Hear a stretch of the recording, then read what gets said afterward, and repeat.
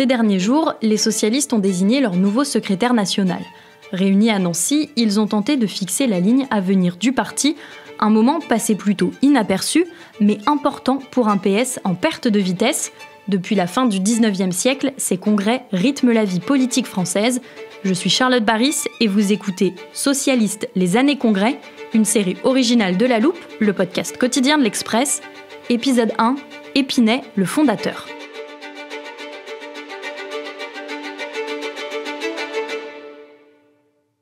Et de 4. Pour la 4e fois consécutive depuis 2018, Olivier Faure a été élu à la tête du Parti socialiste.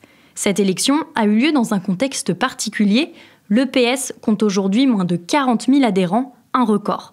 Le parti semble également divisé, car le premier secrétaire sortant l'a emporté d'une courte tête, 51% face au maire de Rouen, Nicolas Maillard-Rossignol. Bref, au PS, on espère pouvoir s'unir pour se renforcer. Alors depuis des mois, tous les cadres annonçaient vouloir faire du congrès de Nancy un congrès du rassemblement. Moi, ce que je veux, c'est rassembler les socialistes. On ne pourra pas rassembler sans clarifier. On a besoin de rassembler, on a besoin d'apaiser. Le rôle d'une direction d'un parti, c'est de rassembler tout cela et d'en faire une offre politique nationale. Un congrès pour rassembler les socialistes, certains y verront certainement des références à celui qui a été majeur pour le parti et son unification, Épinay en 1971.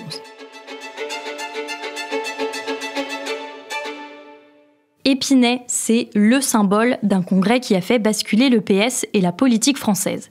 Les autres partis, à gauche comme à droite, ont eux aussi l'habitude de se réunir depuis longtemps, mais ils ont une valeur particulière pour les socialistes, comme nous l'explique Gilles Candard, historien qui nous accompagne durant cette série. Il faut commencer par dire que les congrès tiennent une place beaucoup plus importante, je dirais de manière à la fois intellectuelle, politique, affective, dans l'histoire en tout cas de la gauche, d'une manière générale. C'est valable pour les communistes, les anarchistes, l'extrême gauche ou la gauche plus modérée.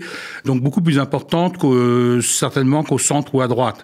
Parce que le congrès, lieu de discussion, lieu aussi parfois, disons, de régulation des conflits, où on doit préciser à la fois la ligne, comme on aime bien dire à gauche, et également quels sont les hommes ou femmes qui seront chargés de l'incarner, d'aller au combat. C'est quelque chose qui est vraiment considéré comme essentiel dans l'histoire, disons, à la fois républicaine et de gauche, beaucoup plus qu'à droite. Il faut se rappeler, c'est plus tout le sens des congrès actuels, mais il faut se rappeler, disons, de la charge affective et intellectuelle de ce sens d'origine quand on pense au congrès où se retrouvent les socialistes. Il y aura de très nombreux congrès socialistes, dans le cadre, d'ailleurs, à différentes échelles. Ça peut être dans le cadre local, dans le cadre national ou dans le cadre international.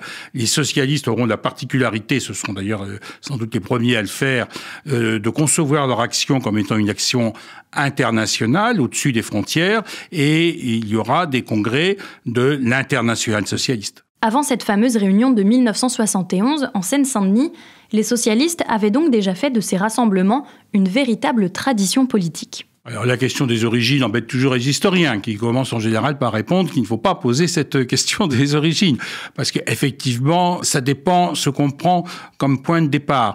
Les congrès ouvriers, par exemple, il y en a dans les années 1870, vous avez un congrès un peu mythique, l'immortel congrès, comme a dit Jules Guesde, l'immortel congrès de Marseille en 1879, où le congrès ouvrier s'affirme officiellement comme partisan de la collectivisation des moyens de production et d'échange.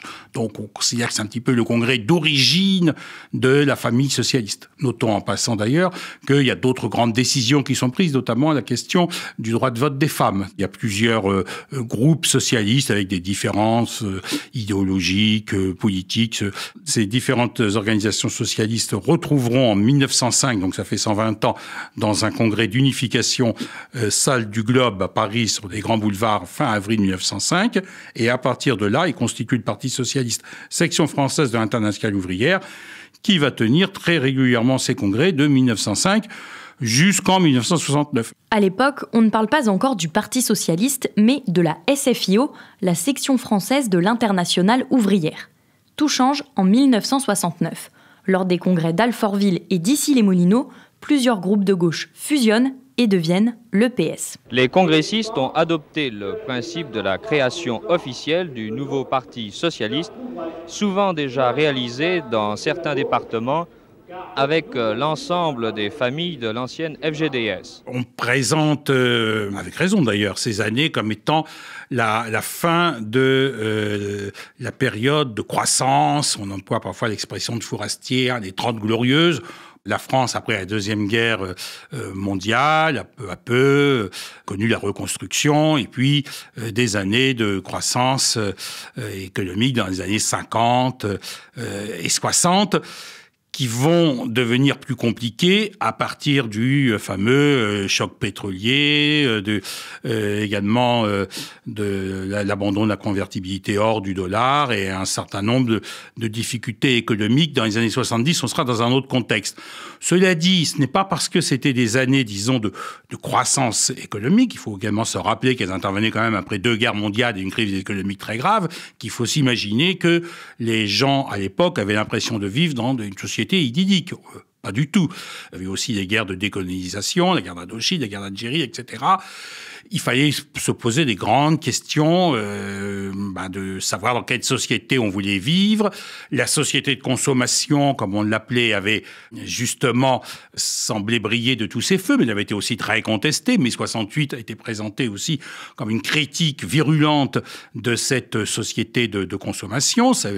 Elle avait ébranlé le régime politique en place de la Ve République, l'autorité du général de Gaulle, qui avait essayé de reprendre un peu les choses en main, mais qui, âgé, avait finalement tenté un petit peu son va-tout. Le président Georges Pompidou, de l'Union pour la défense de la République, gouverne avec une majorité de droite qui a été élue lors des législatives de 1968.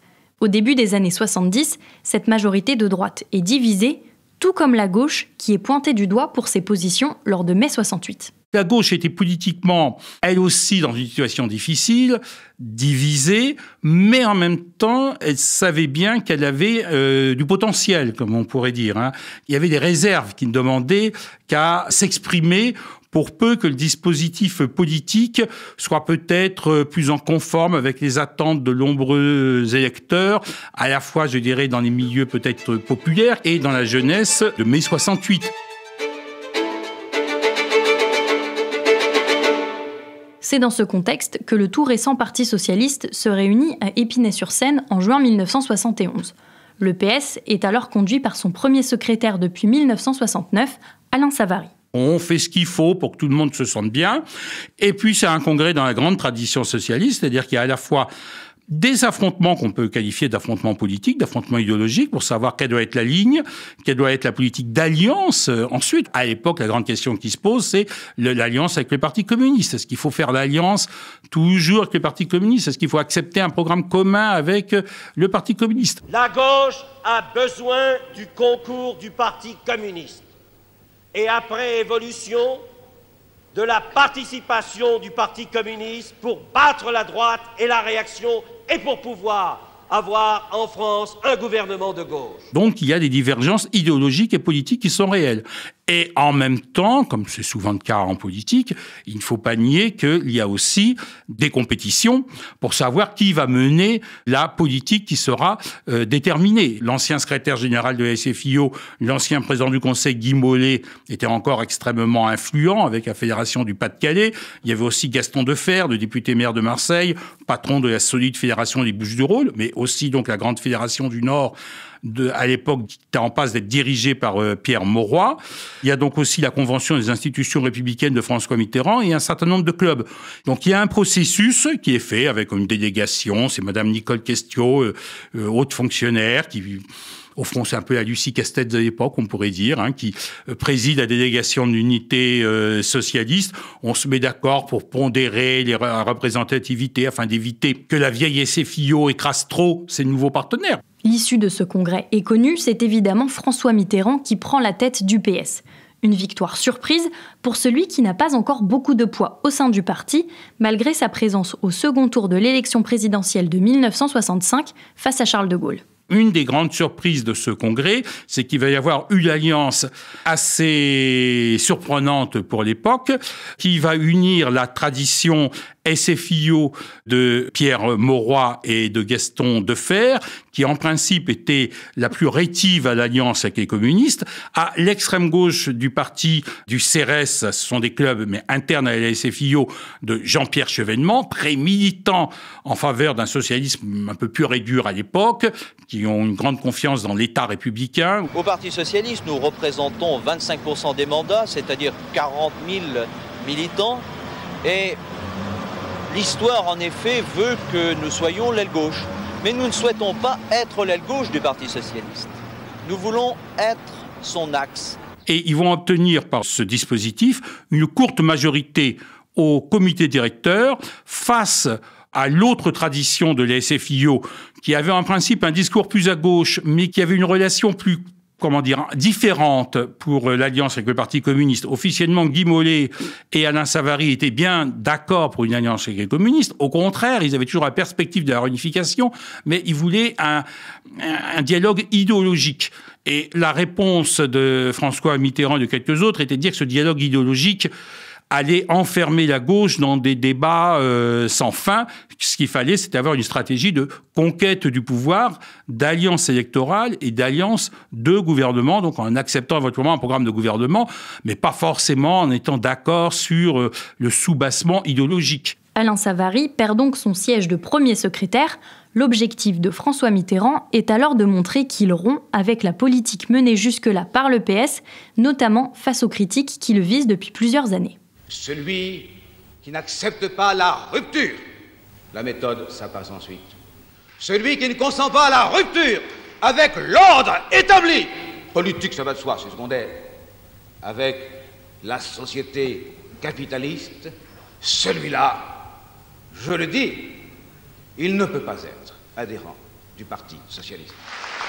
La SFIO a été parfois au pouvoir dans les années 50 de la 4e République, y compris au moment des guerres coloniales, et y compris Guy Mollet est resté comme le président du Conseil qui a rappelé les réservistes et qui a envoyé le contingent combattre en Algérie le FNL, et qui en 58 s'était lui rallié à un moment au général de Gaulle, dont il a été ministre pendant l'année 58, afin d'éviter la guerre civile. Alors François Mitterrand, lui aussi, avait été ministre de la 4e République. François Mitterrand s'est peut-être discuté à gauche, avait réussi par sa candidature à la présidentielle en 65, qui avait été acceptée par l'ensemble de la gauche, peut-être parce que justement, il apparaissait pas comme un homme si fort que ça et comme un homme d'avenir. Il n'y avait pas de grand parti derrière lui. Il avait un passé qui était parfois un peu controversé pour son action sur la 4e République. Donc il avait pu être le candidat commun de la gauche. Il avait obtenu un bon score. Il était dans l'opposition au général de Gaulle depuis 1958, donc ça comptait pour le poser en opposant. Mitterrand, il était à la fois disponible, il avait su finalement transformer son image de marque d'une certaine manière, sa réputation. C'est donc le congrès du Rassemblement qui marque le début des années Mitterrand. Il faut bien constater que si on se place du point de vue, évidemment, socialiste, ces années Mitterrand vont être des années fastes pour le Parti socialiste, aussi bien sur le plan de son organisation interne, de son fonctionnement, nouveaux moyens de communication, d'affichage, de presse, de réunions, de nouveaux programmes politiques, avec le programme d'abord des socialistes, Changer la vie. Avec Épinay, on peut dire qu'on voit de plus en plus que le parti qui compte dans l'opposition, le parti qui va prendre la tête de l'opposition, c'est le Parti socialiste. Le Parti socialiste fait moins de voix à l'époque encore que le Parti communiste, si on se situe aux années 71, 72, 73, mais c'est en train de basculer. Tout ça va fonctionner très bien, et la politique d'alliance avec le Parti communiste va à la fois fonctionner, puisqu'il va y avoir le programme commun avec les communistes en 72. Les deux délégations ont approuvé l'accord réalisé sur le texte d'un programme commun de gouvernement. Elles ont décidé de soumettre ce programme à l'approbation de leurs organismes de direction respectifs. après la mort du président Pompidou, du pouvoir giscardien, il y aura des campagnes contre cette alliance en disant qu'elle est dominée par le Parti communiste. Je me souviens que Jacques Chirac, quand il était Premier ministre, parlait toujours des communistes et de leurs alliés du programme commun, sans prononcer le terme socialiste, parce que ça permettait d'insister sur le côté communiste. Bon, c'est une bonne guerre. Mais rapidement, après Épinay en 1971 et le programme commun en 72, des tensions vont naître entre socialistes et communistes. Le Parti communiste commence à dire que la politique unitaire de soutien au programme commun risque de trop renforcer les socialistes et qui commence donc à avoir une attitude qui se veut plus dialectique. L'union est un combat, le programme commun, il faut l'actualiser, mais les socialistes ne veulent pas vraiment rompre avec le capitalisme, donc ils commencent à critiquer. Mais justement, François Mitterrand va, il faut bien le constater, se révéler plus habile dans le jeu qui consiste à dire nous sommes unitaires, nous avons signé le programme commun, on voudrait continuer, mais vous voyez les communistes ils sont pas très unitaires, eux ils sont un peu sectaires. Et finalement à ce jeu, les socialistes vont finir par en sortir vainqueurs parce que François Mitterrand aura toujours à cœur jusqu'en 81 de garder la figure de l'homme de l'union de la gauche. Ça permet de faire que tout un électorat qui était un petit peu de gauche, mais qui votait plutôt souvent communiste, parce qu'il est trouvé un peu plus, disons, sérieux et rigoureux que les socialistes, se remettent à voter socialiste au premier tour. Et donc le Parti communiste se fait surpasser aux élections petit à petit par le Parti socialiste qui prend l'ascendant.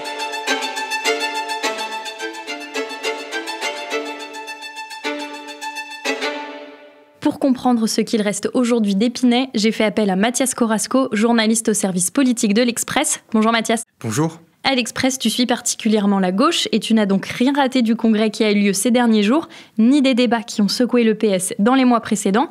Et Mathias, Épinay reste une référence pour beaucoup de cadres du PS. Oui, c'est une référence pour tous les socialistes parce que le congrès d'Épinay, au-delà du mythe, il inaugure une décennie exceptionnelle pour le socialisme français. En fait, c'est la naissance du Parti socialiste face à une droite qui lui a tout le temps nié toute légitimité et aux communistes qui sont leurs frères ennemis et qui l'ont longtemps dominé.